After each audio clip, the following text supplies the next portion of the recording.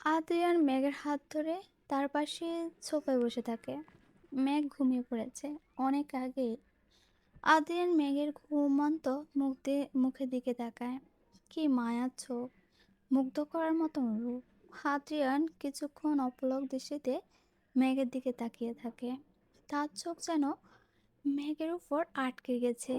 রিসোর্টে আসার পর কয়েকবার তার আর মেঘের দেখা হয়েছে, কিন্তু আদ্রিয়ান কখনো মেঘকে মনোযোগ সহকারে দেখে নাই। কিন্তু আজ দেখছে, আর যত দেখছে তত মেঘের প্রতি দুর্বল হয়ে যাচ্ছে।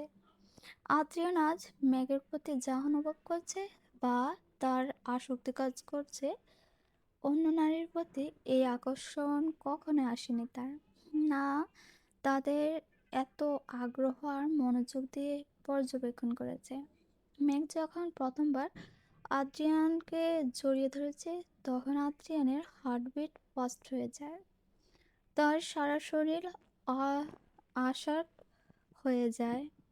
তার হাত মেঘের ছুঁয়ে দেখা আগ্রহ দেখায়। মেঘের প্রতি নিষিদ্ধ আকর্ষণ অনুভব করে আদ্রিয়ান, যে অনুভব তার আর কখনো অনুভব হয়নি। হাসপাতালের কেবিনে যখন জিয়া তাকে জড়িয়ে ধরেছিল, তখন আদ্রিয়ান তাকে 1 সেকেন্ডের মধ্যে নিজে থেকে দূরে সরিয়ে দেয়। তবে আজ কেন তার দ্বারা মেঘকে দূরে সরিয়ে দেওয়া সম্ভব হয়নি, বরং তার কাছে যাওয়ার জন্য, তাকে ছুঁয়ে দেখার জন্য আদ্রিয়ানের মন ছটফট করছিল তখন। কেন মেঘের নেশায় আসক্ত হয়ে তাকে ভুল করে জড়িয়ে ধরেছে, শুধুমাত্র এই জন্যই কি আদ্রিয়ান তাকে নিজ থেকে দূরে সরিয়ে দিতে পারে নাই? না, এর পেছনে অন্য কোনো কারণ আছে। কিন্তু কী কারণ থাকতে পারে? মেঘের সাথে আদ্রিয়ানের দেখা হয়েছে কাল।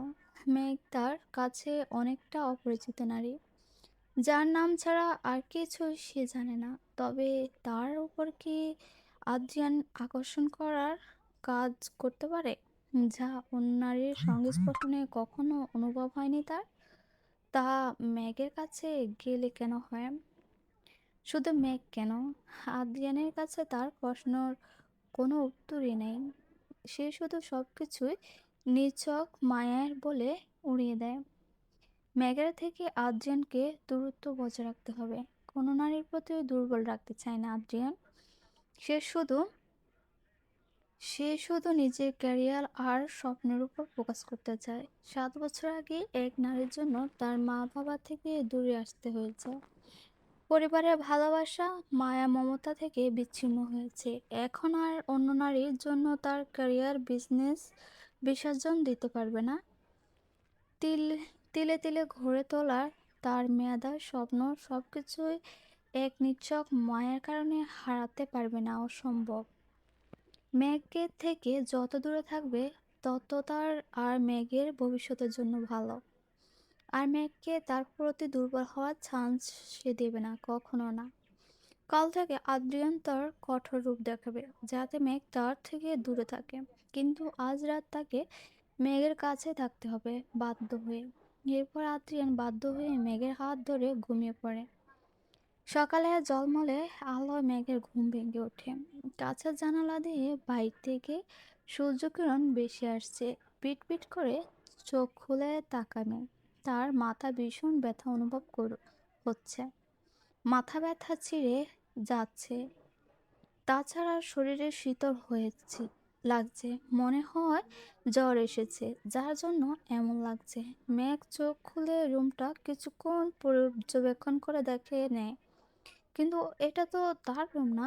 রিসোর্টে যে রকম মেঘ থাকে, তার ডিজাইন আর এই রকম আসবাবপত্রের ডিজাইন সম্পূর্ণ ভিন্ন। মেঘের চোখ যায় টেবিলে থাকা প্রেমের মধ্যে থাকা একটা ছবি থেকে। মেঘের দৃষ্টি কিছুটা ঝাপসা ছিল। মেঘ চোখ খুলে ভালো করে দেখে নেয়, সে আদ্রিয়ানের ছবি রয়েছে। মেঘ আদ্রিয়ানের ছবি দেখা মাত্র লাফ দিয়ে ঘুম থেকে উঠে পড়ে। আদ্রিয়ানের ছবি তার টেবিলের উপর কি করছে? তবে কি এটা আদ্রিয়ানের রুম? মেঘ তার আনমনে করা প্রশ্ন শুনে সে নিজে অবাক হয়ে যায়। মেঘ তাড়াতাড়ি তার চারপাশে তাকায়। তার হাতের উপর শক্ত ভারী বস্তু অনুভব করে। ম্যাক তার হাতের দিকে তাকিয়ে দেখে আদ্রিয়ান তার হাত শক্ত করে ধরে রেখেছে। ম্যাক বুকের ভিতর ধপ করে শব্দ হয়, এটা কি সত্যি আদ্রিয়ান? কিন্তু সে এই রুমে কি করছে? খে- কিন্তু সে এই রুমে কি করে আসলো? কাল রাতে কি হয়েছিল? কাল রাতে সম্পূর্ণ ঘটনা মেঘের মনে পড়ে যায়। মেঘ লজ্জায় মাটির নিচে ঢুকে পড়তে ইচ্ছে হচ্ছে। সে কি করে এমন ভুল করতে পারলো? মেঘ কাল রাতে নেশার ঘরে কোথা বলে দেয়নি তো যে সে আদ্রিয়ানের বউ? তার সাথে 7 বছর আগে আদ্রিয়ানের বিয়ে হয়েছিল। মেঘ এক মেঘ এখন নিজেকে গালের নিজের থাপ্পড় দেয়। মেঘকে খেয়াল করে আদ্রিয়ান তার রাতের পোশাক পরিবর্তন করেছে। কাল মেহেদি অনুষ্ঠানে যে কাপড় পরেছিল আজ সকাল তার পরনে ওই কাপড় নেই। মেঘ মনে হঠাৎ করে অজানা ভয় ঢুকে গেল। কাল রাতে আবার নেশা ঘরে কোথাও তার আদ্রিয়ানের মধ্যে মেঘ আর কিছু ভাবতে পারে না। সে ভয়ে তার উপর চাদর সরায়, যা কাল রাতে আদ্রিয়ান মেঘকে ঘুমিয়ে যাওয়ার পর তার শরীরে ডাকতে দিয়েছিল। মেঘ চাদর সরিয়ে তার পরনে আগের কাপড় দেখে স্বস্তির নিঃশ্বাস ছাড়ে। আদ্রিয়ান এখন ঘুমন্ত। কাল রাতে সে কি কাণ্ড করেছে সে কে জানে। যদি এখন আদ্রিয়ান ঘুম থেকে উঠে পড়ে, তখন মেঘ তার চোখের দিকে তাকাতেই পারবে না। ভীষণ লজ্জা করবে তার। তাই মেঘ সিদ্ধান্ত নেয় সে আদ্রিয়ানের ঘুম থেকে ওঠার আগে চলে যাবে তার রুম থেকে। মেঘ ধীরে ধীরে আদ্রিয়ানের হাত শক্ত বাঁধন থেকে তার হাত মুক্ত করার চেষ্টা করে, কিন্তু মেঘ ব্যর্থ হয়। আদ্রিয়ান খুব শক্ত করে তার হাত মুষ্টিবদ্ধ করে রেখেছে। মেঘ অবাক। যখন চেষ্টা করে তার হাত সরানো, তখন আদ্রিয়ান ঘুম ভেঙে যায়। আদ্রিয়ান ঘুম থেকে উঠে তার হাত থেকে মেঘের হাতের দিকে তাকায়। আদ্রিয়ান ঘুম থেকে উঠে পড়ে, দেখে মেঘ চোরের মতন মাথা নিচু করে বসে থাকে। কাল রাতের ঘটনায় আদ্রিয়ান মনে আছে, যার কারণে সে মেঘকে তার রুমে দেখে অবাক হয়নি। আদ্রিয়ান এবার মেঘের মুখের দিকে তাকিয়ে গম্ভীর কণ্ঠে বলে ওঠে, সারা রাত আমাকে জ্বালাতন করে এখন সকালে উঠে চোরের মতো পালিয়ে যাওয়া হচ্ছে? কাল রাতে তুমি কি উদ্ভট কাজকর্ম করেছ তা কি তুমি জানো? মেঘের আগের নেই আবার মাথা নিচু করে ফেলে। আদ্রিয়ান মেঘের উত্তর না পেয়ে ধমকে শুরু করলো ওঠে, কি সমস্যা? কথা বলছো না কেন? তুমি কি বোবা যে কথা বলতে পারো না? মেঘ আদ্রিয়ানের ধমক শুনে ছোট্ট করে বলে, আই এম সরি। কাল রাতের ঘটনার জন্য সত্যি আমি দুঃখিত। সব ভুল আমার। আদ্রিয়ান মেঘের কথা শুনে আবার ও গম্ভীর কণ্ঠে বলে ওঠে, অবশ্যই সব ভুল তোমার। সবসময় মানুষের জন্য যা বলবে বা জোর করবে তাই মেনে নিবে না। প্রতিটা নারীর প্রতিবাদী হতে হয়। নিজের মধ্যে আত্মবিশ্বাসী রাখতে হয়। কাল কাজিনরা সকালে জোর করে বলেছে মদ খেয়েছ, অন্যদিন যদি আবার অন্য কেউ জোর করে তখন কি আবার মদ খাবে? শোনো মেঘ, আমি তোমার শিক্ষক হওয়ার সুবাদে আমি তোমাকে বলছি, সারা জীবন নেখা কান্না আর ভয় নিয়ে কাটিয়ে দিও না। শক্ত হও, আত্মবিশ্বাসী হও, আরও না হলে জীবনের উন্নতি করার কথা ভুলে যাও। মেঘ মাথা নিচু করে আদ্রিয়ানের সব কথা মনোযোগ দিয়ে শুনে। সত্যি আদ্রিয়ান যা বলেছে তা ঠিক। সে কোনো কাল কাল কাজিনদের নির্দেশ করতে পারলো না? ওরা জোর করে মদ খাইয়ে দিল আর ম্যাগ চুপচাপ খেয়ে নিল। ম্যাগে মাথা চুপচাপ বসে থাকে দেখে আদ্রিয়ান বলে, এখন নিজের রুমে যাও, বিশ্রাম নেওয়ার প্রয়োজন তোমার। কাল সারা রাত ভিজে কাপড়ে থেকেছ, জ্বর আসতে পারে, কিন্তু সাবধানে যেও। বাড়ির কেউ যদি তোমাকে আমার রুম থেকে বের হতে দেখে তবে নেগেটিভ কিছু চিন্তা করতে পারে, সো কেয়ারফুল। ম্যাগ সোফা থেকে উঠে দৌড়ে রুম থেকে বের হয়ে যায়, তবে রুমের দরজা থেকে বের হওয়ার আগে একবার পিছনে ঘুরে আদ্রিয়ানের দিকে তাকিয়ে বলে, ধন্যবাদ আদ্রিয়ান স্যার। আদ্রিয়ান ম্যাগের বাচ্চা সুলভ কাণ্ড দেখে শব্দ করে হেসে ওঠে, তবে মেঘ তা শুনতে পায় না। এরপর আদ্রিয়ান ওয়াশরুমে চলে যাওয়ায় ফ্রেশ হতে। মেঘও তার রুমে চলে যায়। রিসোর্টের বাইরে খোলা মাঠে কান ধরে দাঁড়িয়ে রয়েছে মেয়েদের একদল। তারা ভয়ে মাথা নিচু করে রয়েছে। তাদের আর তাদের সামনে দাঁড়িয়ে রয়েছে স্বয়ং আদ্রিয়ান হৃদয়। আদ্রিয়ান গম্ভীর আর রাগান্বিত চেহারা সকলকে দেখাচ্ছে। তার সামনে থাকা মেয়েরা আর কেউ না, আভিহার শয়তান আর দুষ্টু কাজিনরা। আদ্রিয়ান এমন লোক দেখে প্রত্যেকে ভয়ে ঢুক গলে। আদ্রিয়ান বলে, ঠিক এরকম কান ধরে সকালে রিসোর্টের চারপাশে 10 বার ঘুরে আসবে আর বলবে, আমরা ভুল করেছি আদ্রিয়ান ভাইয়া, ক্ষমা করে দাও। আদ্রিয়ানের কথা শুনে সকলের মধ্যে একজন সাহস করে বলে, সরি আদ্রিয়ান ভাইয়া, আর এমন ভুল হবে না। কোনো অজুহাত শুনতে চাই না আমি। চুপচাপ যা বলেছি তাই করবে। পরশু দিন আবিহার কারণের সাথে যা করেছ তা ভুল হলেও তোমাদের উদ্দেশ্য খারাপ ছিল না। কিন্তু কাল মেঘকে জোর করে মদ খাইয়ে দিতে যে অন্যায় করেছ তার শাস্তি অবশ্যই পেতে হবে। কিন্তু কোনো কিন্তু শুনতে চাই না আমি। যা বলেছি তাই করো। যত দেরি হবে, যত দেরি করবে তত শাস্তির পরিমাণ বাড়বে। হাদ্রিয়ানের কথা শুনে সকল কাজিনরা বাধ্য হয়ে কারান ধরে রিসোর্টের চারপাশে ঘুরতে থাকে। আদ্রিয়ান যা করেছে একদম ঠিক করেছে। এই কাজিনটার অতিরিক্ত শয়তান আর দুষ্ট হয়ে গিয়েছে। যদিও এখন এদের শাস্তি না দেওয়া হয় তবে ভবিষ্যতে এর চেয়ে বড় কাণ্ড ঘটাবে।